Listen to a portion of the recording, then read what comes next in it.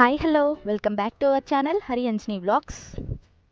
Sunday ఇంట్లో ఖాళీగా ఉంటే ఏ ఒకటి క్రేవింగ్స్ వస్తూ ఉంటాయి కదా, ఏదో ఒకటి చేసుకుని తిందాం అనిపిస్తుంది. సో అందుకని మేము శాండ్విచ్ చేసుకున్నాము. ఇది వచ్చేసి వెజ్ శాండ్విచ్ అండి.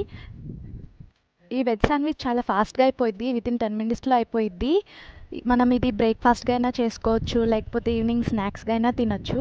టేస్ట్ అయితే చాలా బాగా వచ్చిందండి. మేము ఎక్స్పెక్ట్ చేయలేదు అంత బాగా వచ్చిద్దని. చూస్తున్నారు కదండి, చూడడానికే మౌత్ వాటరింగ్గా ఉంది కదా, చాలా సాఫ్ట్గా కూడా వచ్చిందండి.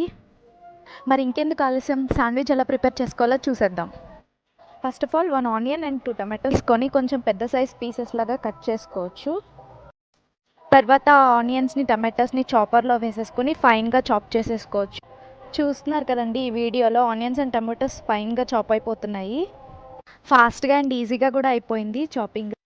నెక్స్ట్ వచ్చేసి ఒక బౌల్ తీసుకొని అందులో మయోనీస్ యాడ్ చేసుకోవాలి. ఇదైతే వీబా బ్రాండ్ మయోనీస్ అండి, మార్కెట్లో అవైలబుల్గా ఉంటుంది.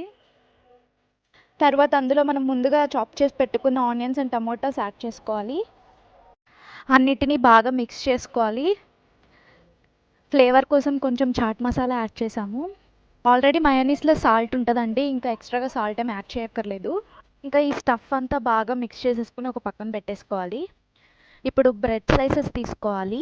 సపరేట్గా శాండ్విచ్ బ్రెడ్ కూడా ఉంటుంది మార్కెట్లో అవైలబుల్గా, బట్ మేము తీసుకున్నదైతే నార్మల్ బ్రెడ్డే. నెక్స్ట్ వచ్చేసి పిజ్జా సాస్ తీసుకున్నాము. ఇది కూడా వీబా బ్రాండే, టమాటో ఫ్లేవర్. దానిని బ్రెడ్ స్లైసెస్ మీద అప్లై చేసుకున్నాము వన్ సైడ్.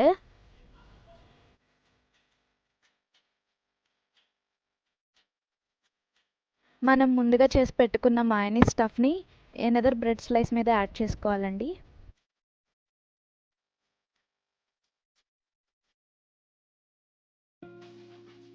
ఇప్పుడు కొంచెం చీజ్ యాడ్ చేసుకుందాం దానిపైన. ఇప్పుడు ఆ బ్రెడ్ స్లైసెస్ని ఒకదానిపైన ఒకటి పెట్టేసి దానిపైన లైట్గా గీ అప్లై చేసుకోవాలి.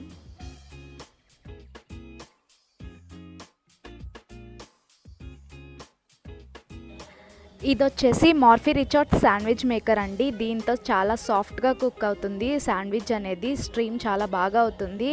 చాలా ఈజీగా కూడా చేసుకోవచ్చు శాండ్విచెస్ అనేవి ఈ శాండ్విచ్ మేకర్తో. ఈ శాండ్విచ్ మేకర్తో ఎట్ ఏ టైం 2 శాండ్విచెస్ చేసుకోవచ్చు. తర్వాత ఇంకొక సైడ్ కూడా బ్రెడ్కి గీ అప్లై చేసేసుకోవాలి.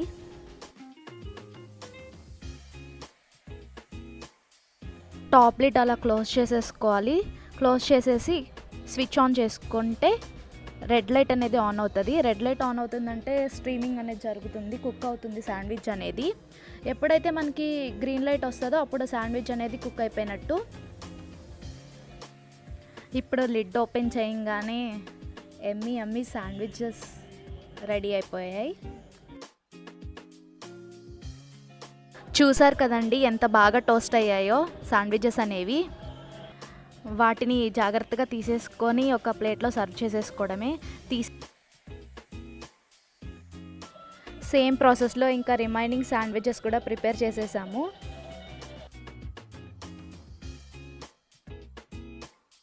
ఫైనల్లీ కన్నయ్యకి అయితే ఇచ్చేసాను. టేస్ట్ చూసి ఎలా ఉన్నాయో చెప్పమన్నాను sandwiches.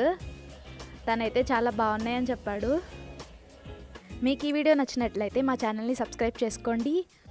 Please do subscribe for more videos.